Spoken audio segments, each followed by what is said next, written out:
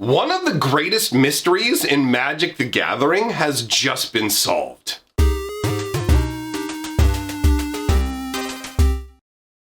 Greetings, owners of fine luxury cardboard rectangles. Sunday is Lore Day.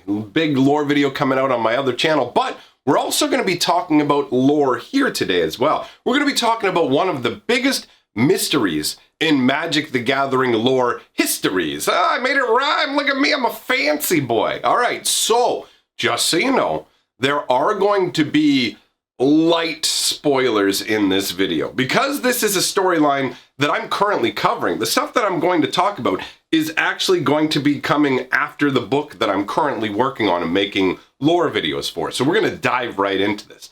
What you need to understand is this is all going to surround the Urza storyline, which is what we're currently deep into. So Urza's a massively old school planeswalker who's super powerful. I'm just going to tell this story as if you have no information, okay? So Urza's a super powerful planeswalker. Now, he wants to destroy Phyrexia because Phyrexia is the biggest threat to the multiverse, and more specifically, to his homeland.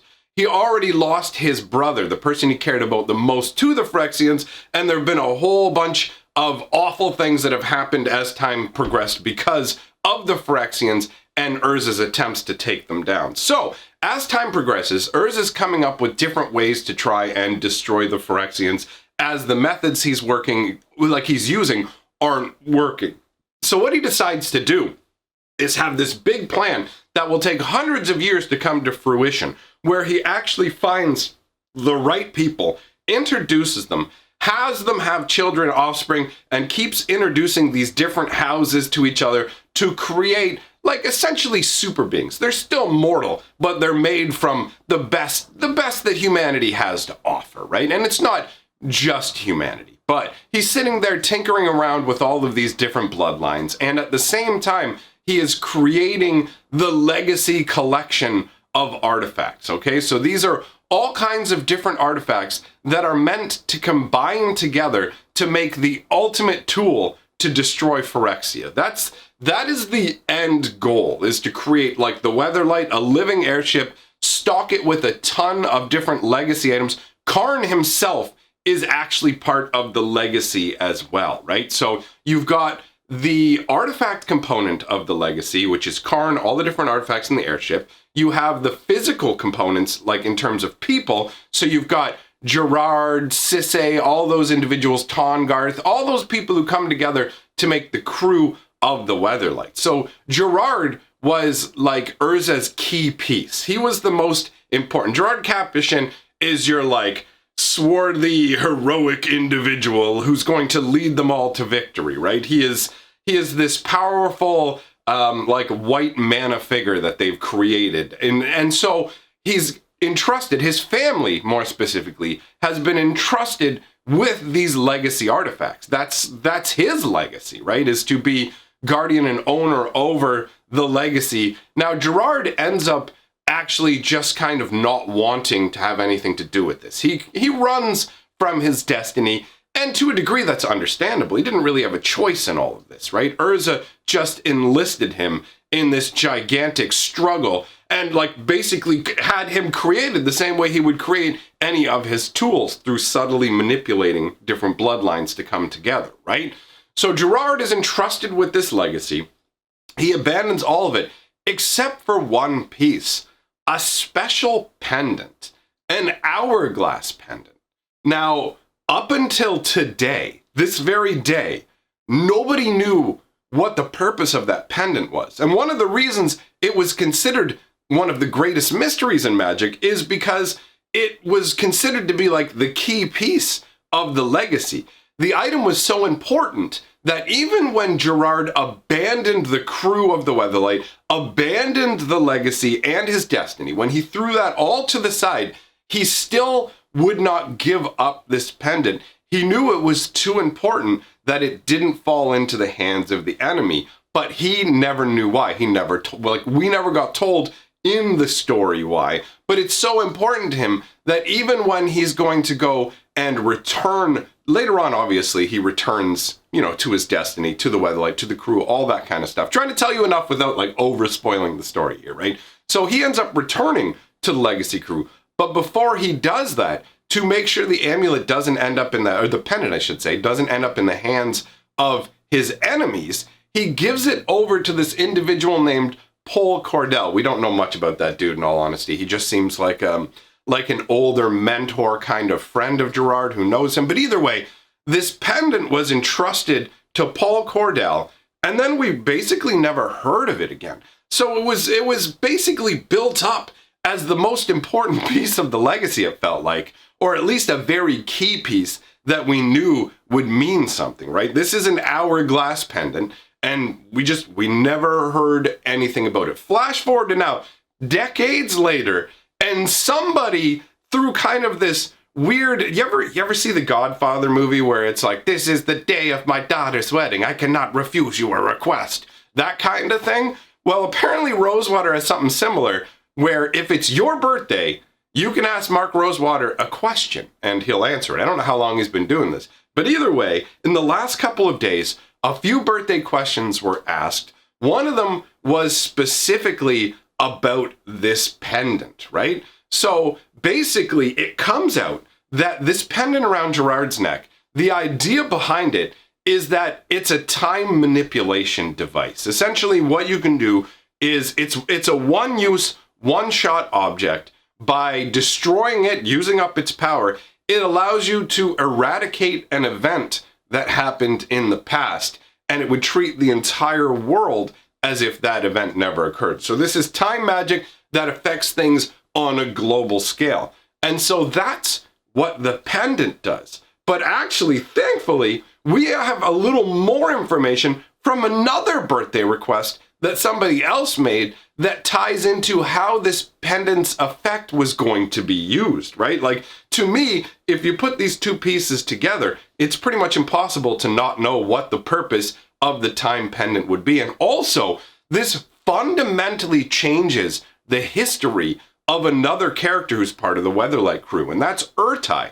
Ertai, when we see him in the story, is obnoxious. He is a very powerful wizard. He's also very, very egotistical, very self-centered. And ultimately what happens is Ertai ends up becoming a pawn of the Phyrexians. We see Ertai in like a corrupted version. I'm not going to go, again, I'm trying to just touch on the key points without spoiling the whole story because we're going way in depth on the lore channel with all this crazy coolness. But anyways, Ertai essentially becomes a pawn of the Phyrexians.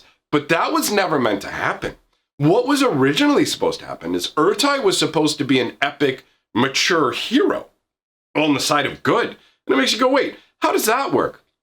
Well, another birthday question got us this result. The original plan for Ertai's story is he gets left behind on Wrath because the Weatherlight needs to use the Wind Shaper to make it through the Wrathy portal before it closes. Now, this happened. This part of the story happened with our storyline, right? But here's where it diverges. The Weatherlight crew goes on an adventure on Marcadia, finally leaving through a new portal to get back to Dominaria, which is their home plane, right? And warn the plane of the incoming Phyrexian invasion. But here's the problem. The invasion's already happened because the portal is also a temporal portal, which means it travels you through time as well. And as a result, they arrive 50 years in the future, right? So 50 years have already passed, and the Phyrexian invasion had already happened, and more importantly, the Phyrexians had already won, which is just that's a crazy twist, right? That is so much different than what we got. So the Weatherlight crew meets up with the Dominaria resistance, who's led by an old human wizard that actually turns out to be Ertai. He had managed to get back from Wrath many years ago, and now he is an ancient, wizened old wizard, right? He's got the wisdom of the years, and it's basically, for them, it's a massive contrast, right? Because the 50 years has passed for Ertai, but for them, it's like a blink of an eye. So when they left, Ertai was this boastful, vain youth, and now all of a sudden, he's this wise old man leading a resistance on a world that's already been taken over by the Phyrexians. Like, that is that is some different flavor, right? So the idea behind, it says after this, together with the help of a powerful artifact, the Hourglass Pendant that Gerard left behind, they stopped the Phyrexians. So the narrator for the story of Wrath and Storm was originally intended to be the older, wiser Urtai. And for me, this is amazing. So the idea would have been that take the Hourglass Pendant, use it to undo basically coming back 50 years in the future, right? So you can show back up at the right time and stop the invasion from overtaking all of Daenerys. They gotta stop it from taking over Daenerys from A Song of Fire and Ice. We're gonna get you, Mother of Dragons! Little bit of a crossover, writing my own fan fiction here. Either way, this is an item from Magic's history we had no idea existed, and an alternate storyline that we didn't even know was going to happen. So for me, this is really, really cool. And we're gonna get into all of this craziness and way more in depth. There's the Weatherlight storyline, the Urza storyline against Phyrexia, all that stuff. It spans years and multiple novels, and it is an absolutely compelling and incredible story.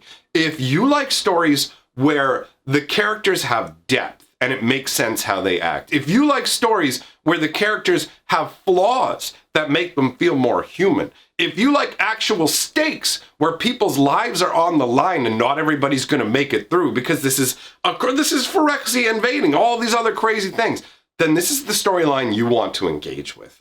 The current level of Magic story, excluding Zendikar, because I can't speak to Zendikar, it seems like they're making some tweaks here, but overall, mostly lately, Magic lore has been almost childish in terms of how simplistic it is and the lack of depth for the Planeswalkers. And this is done in a way so people can project themselves onto the Planeswalkers and connect with the Planeswalkers and not have the Planeswalkers do anything that the person will go, well, I wouldn't do that, so I can't identify with this person the same way.